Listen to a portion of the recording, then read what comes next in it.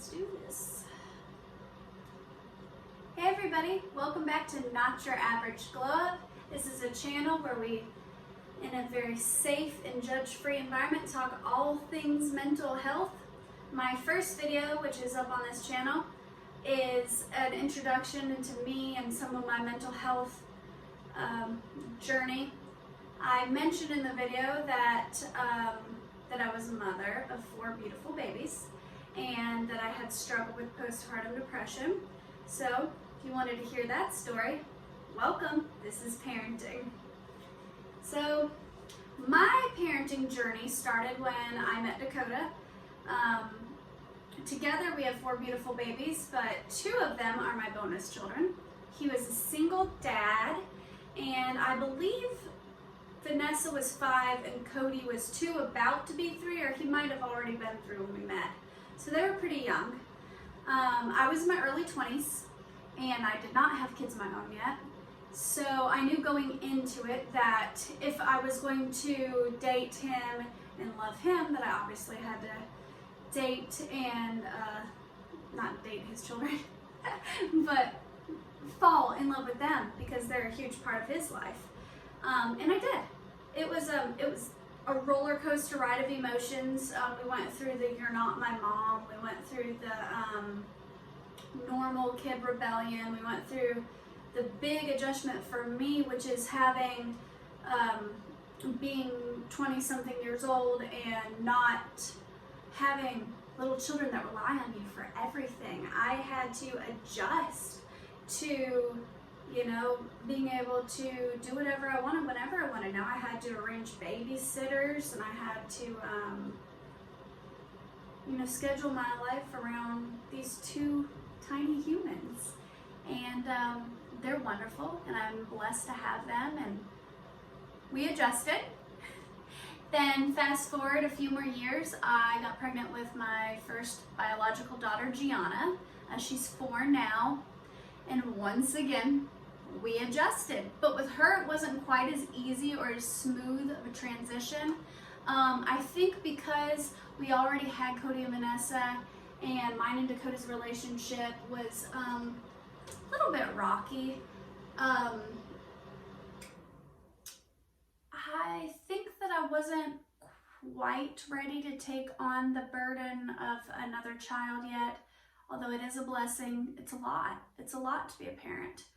And that's what this video is about, is parenting related to mental health. So I don't think it would be me tackling this video if I didn't open up and be honest with you guys. So when I first found out that I was pregnant with Gianna, I was not excited. I was like, holy crap, we already have 2 kids. I'm barely able to take care of them. How am I going to do this? Mine and Dakota's relationship is not the strongest. We had broken up, gotten back together a few times, and it didn't seem like we were going to last. So when I got pregnant with Gianna, I went back and forth. Do I want to keep this baby? Do I not want to keep this baby? Do I want to, have an abortion? Do I want to? And that's hard for me to admit because up until that point, I was so against even the idea of abortion. There I was in a pregnancy that I was like, holy crap! And those thoughts, they came into my mind. It got bad.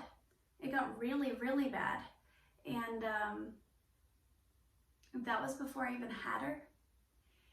So during the pregnancies, your body changes and it grows and things shift. I had always had insecurities with my body, and then it was dramatically changing that. That was hard for me. And before that, I was on depression medications and mood stabilizer.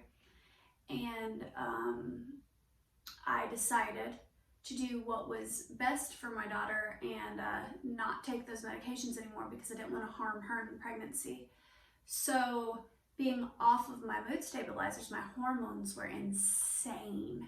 They were going out of control, and once again in my life I was having dark thoughts, suicidal ideation,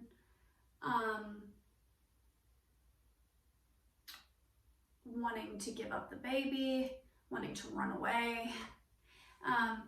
So I had her, and it was wonderful. The moment they laid her on my chest, I was a puddle of tears. I was just in awe that I had created something so beautiful and so magical. And it felt like,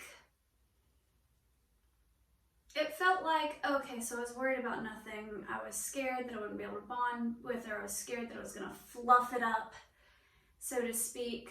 But then they laid her on my chest, and I just saw that little mushy face all covered in goo. And I fell in love. And yeah, but then sleep deprivation and hormones and body aches and everything else that comes with having a new baby, all those dark thoughts started flooding back in. And I remember we were in the hospital, and Dakota and I are getting frustrated with each other because I was a breastfeeding mom and she was having issues latching, and I was tired and I was exhausted and I wanted to sleep, and he couldn't help me, and he just kept saying, "I don't have a boob, what do you want from me?" And I'm like, help me. So that was hard. And then we get out of the hospital and she's still having trouble latching. So at this point I'm pumping and, feeding her that way. And the thoughts start coming back that I'm not an adequate mother, that I can barely raise Cody and Vanessa. How am I going to do this with a newborn? And then adding on the stresses of trying to breastfeed and everything else, my thoughts began to get really dark. But I made it. I made it through. I used Facebook Live as an outlet. I started making short little videos on my Facebook about parenting and stuff, and I was going to church and everything else. And I don't think a lot of people knew that I was struggling the way that I was, because I masked it. I masked it very well. I'm gonna turn this little space heater back on because my feet are getting cold. Currently in my art studio outside behind our house, and it does not have heat, so I got a little space heater, just chilling. A little friend of mine. Thank you, friend. So yeah, I began to have some dark thoughts, and fast forward until Gianna was about 6 months old. She started teething and becoming very, very whiny. And I had let things build up, and I had began to resent Dakota and feel like he wasn't helping enough, and I began to hate myself for choosing to have her, even though I knew going into it that I didn't think that I was going to be able to parent her.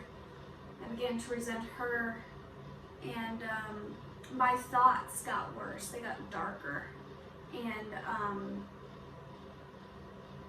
I began to resent him to the point where he'd be laying beside me in bed, and I'd quite literally be thinking of, I could smother him with a pillow. I could strangle him. And that was so unlike me. It wasn't like me at all.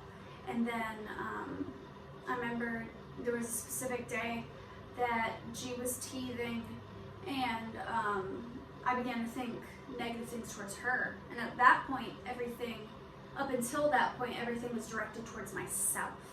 That I wasn't a good mother, and that my kids would be better off without me, and that I was failing because I couldn't balance taking care of the home and taking care of the kids with their homework, and then taking care of a newborn, and giving Dakota the attention he needed as a spouse. And but at this point I started to resent her, and I began to wish that I didn't have her.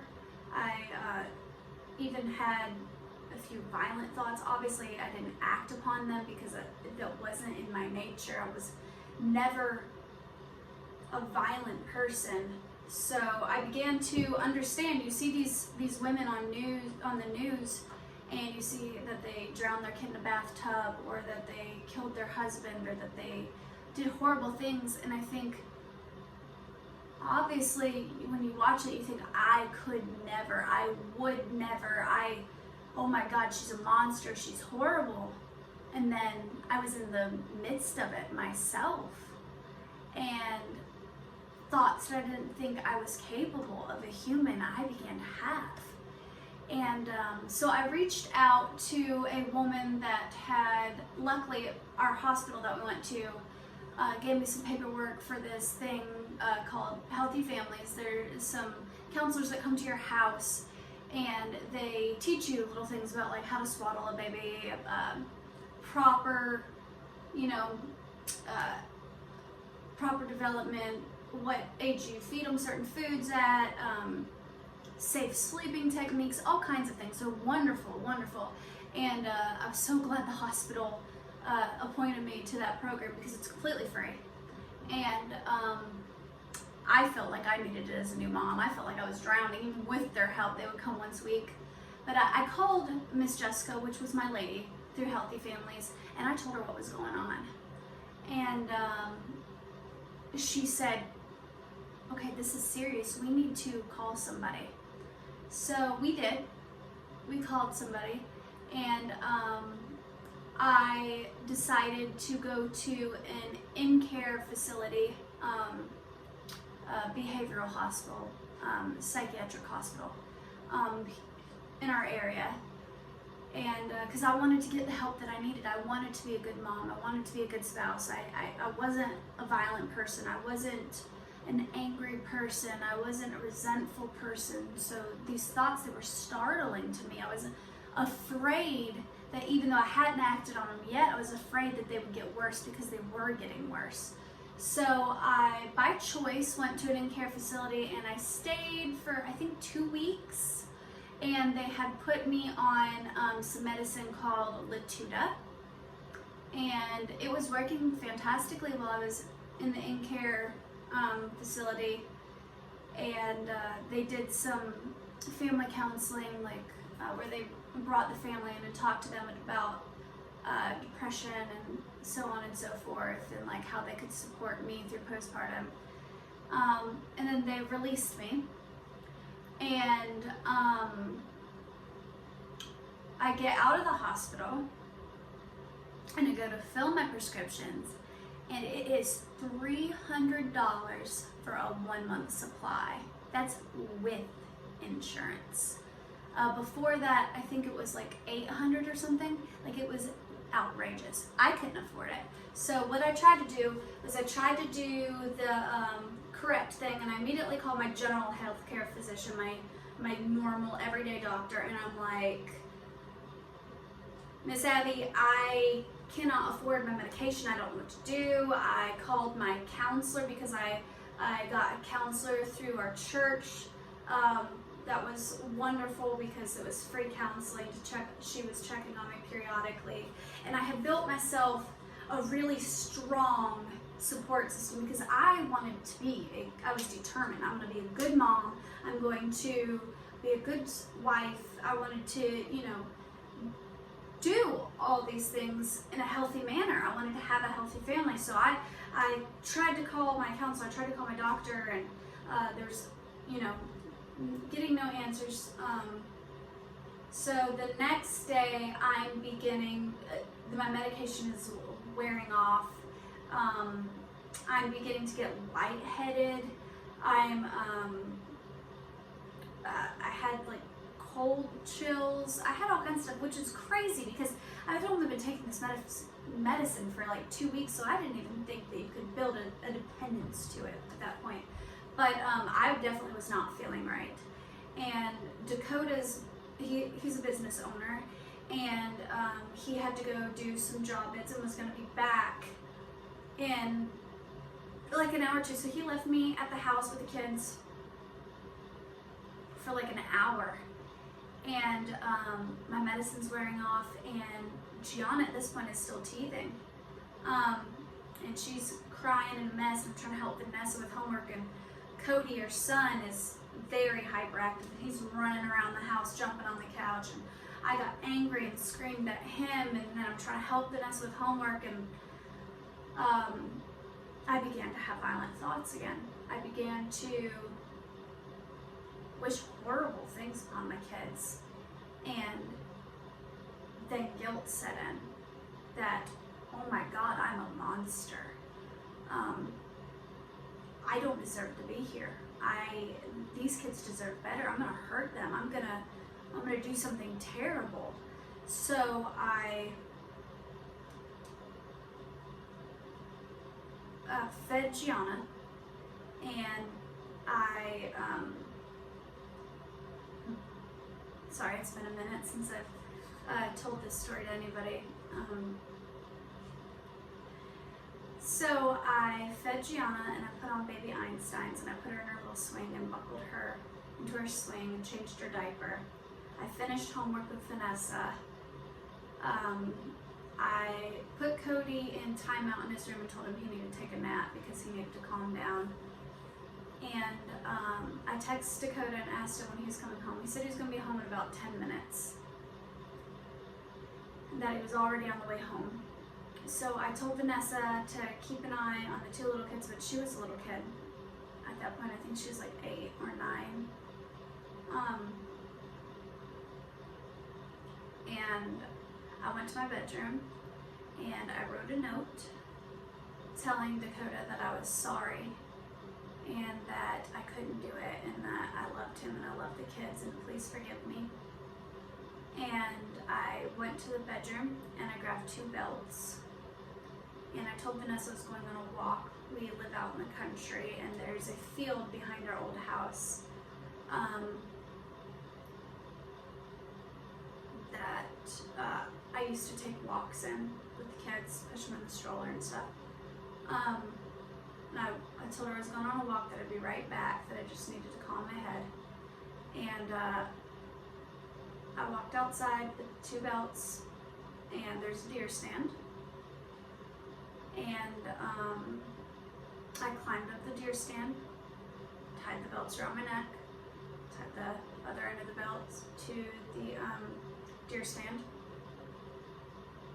And I'm sitting there, and I'm about to jump, but I'm terrified. And I pray. God, I don't know if you're real, but if you are, speak to me now. Let me know that everything's going to be okay. Let me know that I'm not a bad mom. Send help. I don't want to do this anymore. I can't do this anymore. I'm a terrible mom. I love my kids, and I'm afraid I'm going to hurt them. I'm sorry.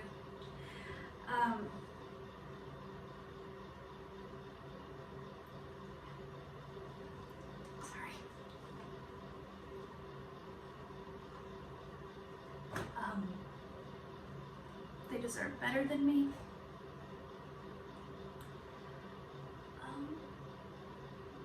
And then right as I was about to step off the deer stand, I thought to myself, I didn't hear God's audible voice of, Samantha, thou shalt live another day, thou shalt climb down from thy deer stand. No, I just heard my own little inner voice say, not today. Give it one more day. One more day. Just not today. And I took the belt from around my neck and untied it from the deer stand and just threw it in the woods. And I climbed down the deer stand, and as I'm walking to, oh no, I'm wrong. Sorry, it's been a while. This is 4 years ago. No, I'm actually still standing on the deer stand, and Dakota's friend we won't say his name, but a friend of ours came running up to me, and he's like, at this point I think I had yeah, okay, I'm sorry. So I still had the belts wrapped around my neck, and I'm standing there and I'm thinking and I'm praying to God, and this guy comes up to me and he says, Sam, you're not gonna jump. Don't make me go up there. Don't make me have to catch you because I'm out of shape and I don't know how long I can hold you up, but take those belts off. And we started to walk back towards the house, from the back of the field towards the house. And then as we're walking up, I see police cars and 2 cops approached me, and they asked me where. We threw the belts in the woods, and they asked me where the belts were and this, that, and the other. Apparently Dakota had come home. He had seen my letter.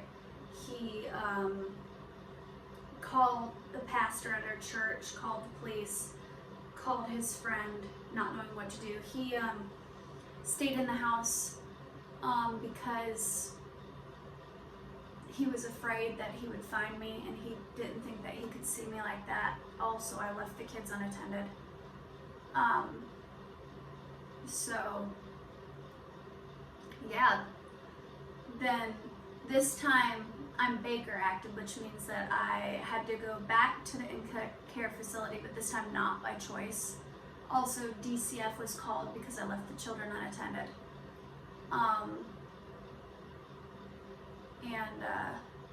I went back to the hospital, told them what had happened, told them about the medicine, how it wasn't affordable. I stayed for 28 days this time, which is a long time. It's a long time for me to be away from my family. It's a long time for the kids to be without a mom.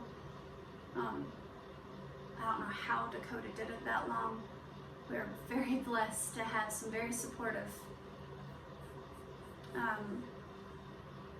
friends and family.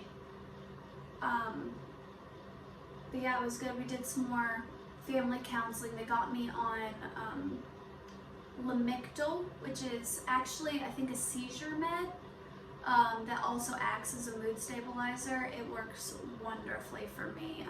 No side effects whatsoever, really. So I really enjoyed that medicine. It didn't make me cloudy, didn't make me droggy. It just kind of stabilized me. I get out of the hospital, I'm doing 1,000 times better. I continue my counseling with Miss Deborah at the church, and I periodically check in with my general care physician, talk about medicine and how it's working and stuff like that. And yeah, 4 years later, I'm no longer even on medicine. I was able to, with the help, I want to make that extremely clear, because this is not the life path for everyone, okay? There's no shame whatsoever in taking any sort of drugs that help with depression, anxiety, mood stabilizers, schizophrenia. There's no shame in getting that help you need. I've talked to some very damaging religious people, and they're well-intended, very well-intended, but living here in the Bible Belt, there's some people that they want to pray the gay away, pray the depression, anxiety away, pray it all away, and that's fantastic. If you believe in the power of prayer and all that, I believe that it can happen. Miracles happen. However, if you believe in the Bible and you believe in Jesus, Jesus walked with a physician. So that's a huge tangent to get on. I don't want to contemplate whether God is real or Jesus is real. That's not the point of my channel. If you are Muslim, atheist, whatever, welcome. You're welcome. My point is that there's no shame in seeking mental help and being on drugs, prescriptions for your mental health.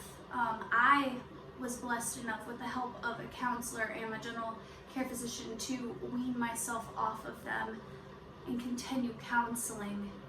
And I stand here today, no longer have to take those medicines. Another kid later, Gianna's now 4. Nova is going to be a year old soon. And yeah, I love life, love my kids, wouldn't change it for the world. It still gets stressful. It still is an absolute headache. But now I can say, oh my God, I could strangle those children and not mean it. It's an over dramatic phrase. And it doesn't hold any meaning. It doesn't hold any truth. Now I look at Gianna and I thank God every day that I got the help that I needed and that I chose to keep her, and that I now have another beautiful girl, and I was blessed enough to not struggle with postpartum depression with her. So our bond is incredible. Yeah, that's my postpartum depression story. I want to talk a little bit on parenting in general, but first I have on the floor here some statistics just jotted down because I wanted to break the stigma a little bit, touching on postpartum depression specifically, because it plays a lot into my parenting story, but everybody's parenting story is different.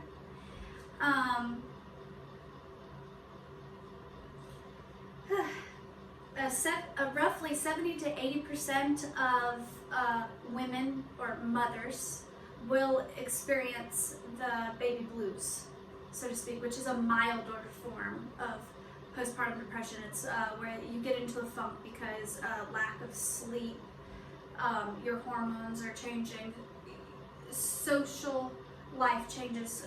You tend to lose a lot of friends, see who your real friends are, especially when you're a young mother. Your friends are still going out and partying and going to bars and stuff, and you tend to get left out a lot.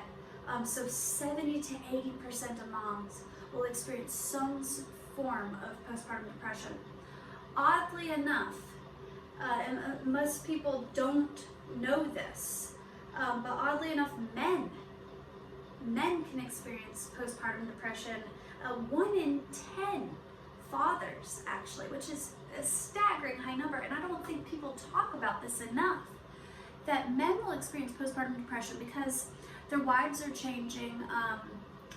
When the women's, after babies, sometimes your libido plummets, so the men aren't getting the attention that they need physically or emotionally. The women, there's extra financial burden placed upon men. The baby cries and wakes them up at night as well. There's just a lot of stress that goes into it. So 1 in 10 men will actually experience postpartum depression.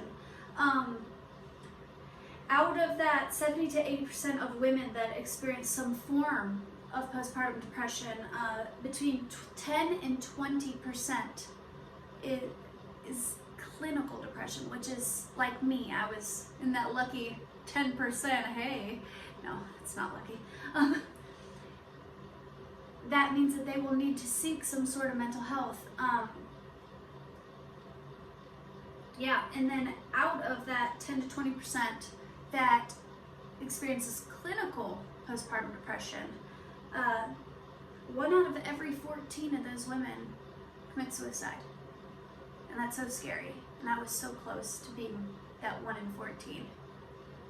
So if you are experiencing lack of focus, if you are experiencing like your libido significantly drops, lack of focus, drugginess, unhealthy thoughts that I've described, such as like anger and resentment towards your husband or your children, wanting to die, suicidal ideation, romanticizing the idea of death, that your kids would be better without you, or that your husband would be better off without you. If you are having trouble focusing, any of those things, you might be experiencing baby blues, which between 70 and 80% of women experience. You are far from alone. It is completely normal because your hormones are going insane, you're not getting enough sleep, half the time you forget to freaking eat because the baby consumes your life, go talk to your general health care physician. You don't have to go see a specialist, you don't have to see a counselor. I actually want to do an entire video on the pros and the cons of seeing a specialist like a therapist or a psychiatrist versus seeing your general healthcare physician for mental health. Both can help you, both are wonderful, both have pros, both have some cons, but your general healthcare physician can help you with your mental health. That's something that I didn't realize going through my journey. They can talk to you, they can prescribe you medicine, they can help you get some counseling. They're also trained in some counseling. And they know your history, they know how your body reacts to certain meds, they know a lot more about you. So yeah, definitely go talk to your general health care provider and they can point you in the right direction. But yeah, parenting in general, after that, I mean, there's so many other things you have to tackle, such as, you know, obviously there's postpartum depression because of all these immediate things. But then, you know, going on, your life is now completely changed. You have more financial burden. You have a whole little life that you're responsible for, and that's scary. And that's awesome and fulfilling. And I'm telling you now, as a mother of 4, I couldn't imagine my life without these beautiful babies. I wouldn't want another life, but my life is dramatically different. I recommend to keep your mental health happy and healthy.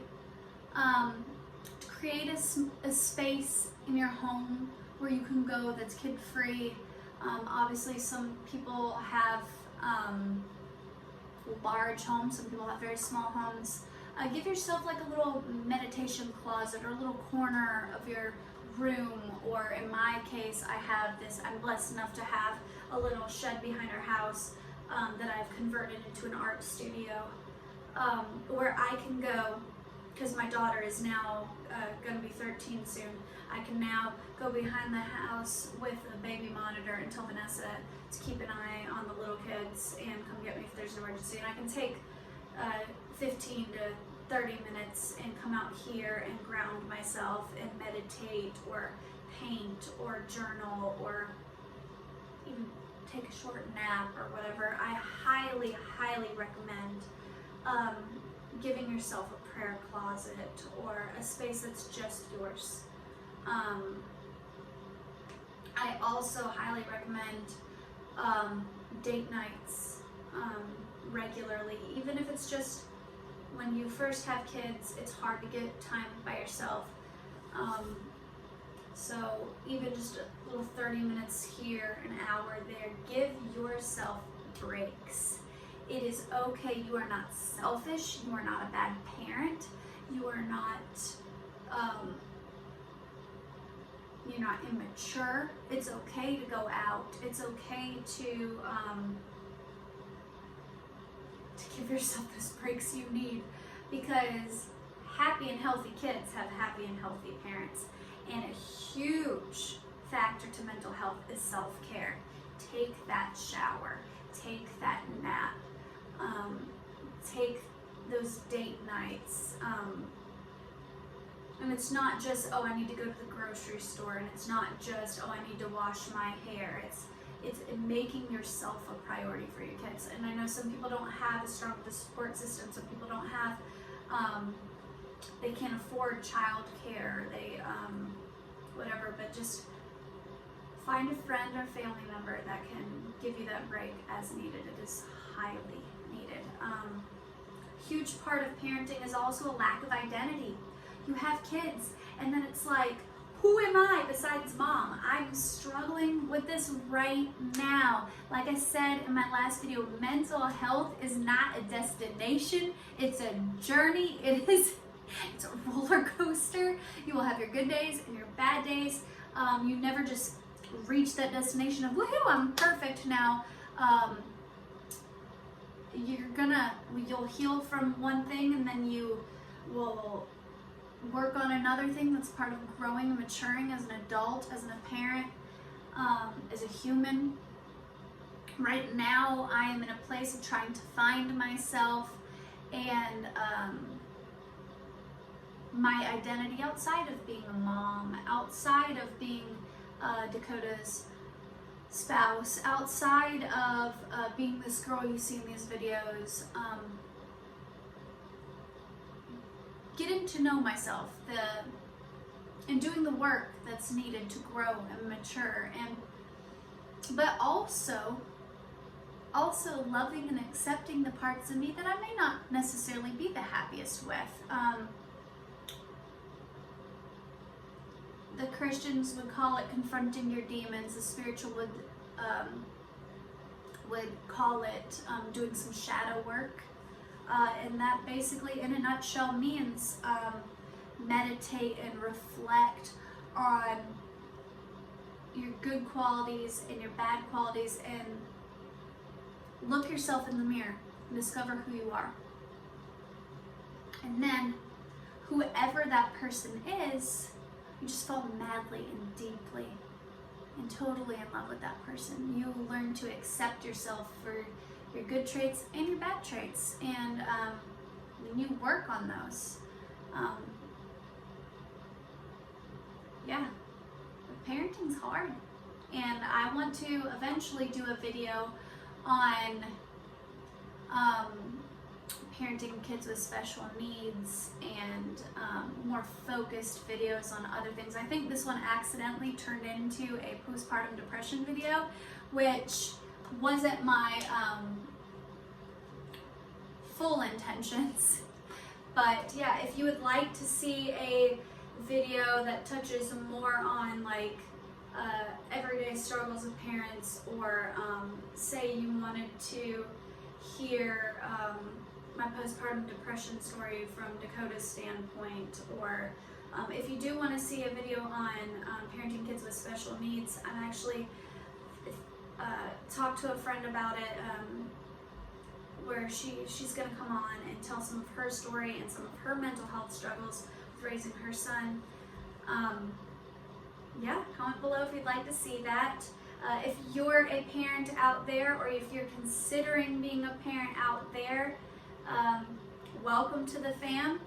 If you've watched this video and the idea of raising tiny humans scares the crap out of you, that's okay too. Welcome. Parenting is not for everyone, and that's okay. That's something that I also wanted to talk in this video about, that just randomly hit me, is there's a lot of social pressure, especially in the South where I live, where I live, you get married and start raising family in your early 20s is the norm here in the South, in the Bible Belt. There's a lot of pressure to have children and to raise children and to get married. But that life path is not for everyone, and that's okay. You're allowed to focus on your career first. You're allowed to never want kids. Something I also wanted to touch a little bit on, but I want to do a dedicated video to it later, is child loss and miscarriage, and the pressure that those women feel in parenting. Everybody hears the staggering statistic of 1 in 4 women will experience a miscarriage in their life. And I don't know how accurate that is exactly, but a statistic that I found is 10 to 15% of women who become pregnant will suffer a miscarriage. That's huge. That's huge. It's not 10 to 15% of the world's population. That's 10 to 15% of women who get pregnant will suffer a miscarriage. That's heart-wrenching. So, little side note of this video is, if you're a mother that desires to be a grandmother, if you're a friend that desires to be the cool auntie or whatever, watch what you say to people, because a lot of these women suffer in silence. A lot of them don't tell people what they've experienced. So they feel a lot of pressure from society or whatever to get pregnant and have babies, and then they get that pressure from friends and family. Well, when are you going to have kids? When are you going to do this? And that's a complete tangent I just went on, but I think it's so important. And I don't think we talk enough about men and the pressures they feel to provide financially and such. And I want to do a video on that later, so if you'd like to see that, let me know. I'm also, another huge part of my parenting story is that my two beautiful bonus babies, their mother also struggles with addiction, and that's how we grew to have full custody of them. I talked to her about it, and she might be coming on this channel later to talk about her addiction and mental health, and how her mental health struggles led her down the road of addiction, and how that affected her as a mother, and how that affected me as somebody trying to co-parent with her. So that's going to be another long video. My next week's video, by the way, I forgot to say this at the beginning of this video. I want to post every single Monday. Mental Health Monday is the way you can remember it. It gives you something to look forward to every week. It rhymes, and I'm cheesy. Or not rhyme, it doesn't rhyme, but it starts with the same letter. You get what I'm saying. So yeah, Mental Health Monday. I want to eventually get to a place where I post 2 videos a week, but for right now, I do not want to overwork myself. I don't want to get burnt out. Burnout is a huge factor here in the United States, and it's another topic I want to tackle. But I don't want to get burnt out, so I'm going to start off slow and just post on Mondays. Next week's video, I'm going to tackle beauty standards and the pressures we feel as men and women in the United States and all around the world to, so yes, tune in next week. I will post this video, and yeah, hope to see you back. Once again, this is Not Your Average Glow Up. My name is Samantha. Like, subscribe, share, comment below if you have any video ideas, and thank you so incredibly much for allowing me to do this. I have been overwhelmed with how many people have messaged me telling me that last week's video is exactly what they needed.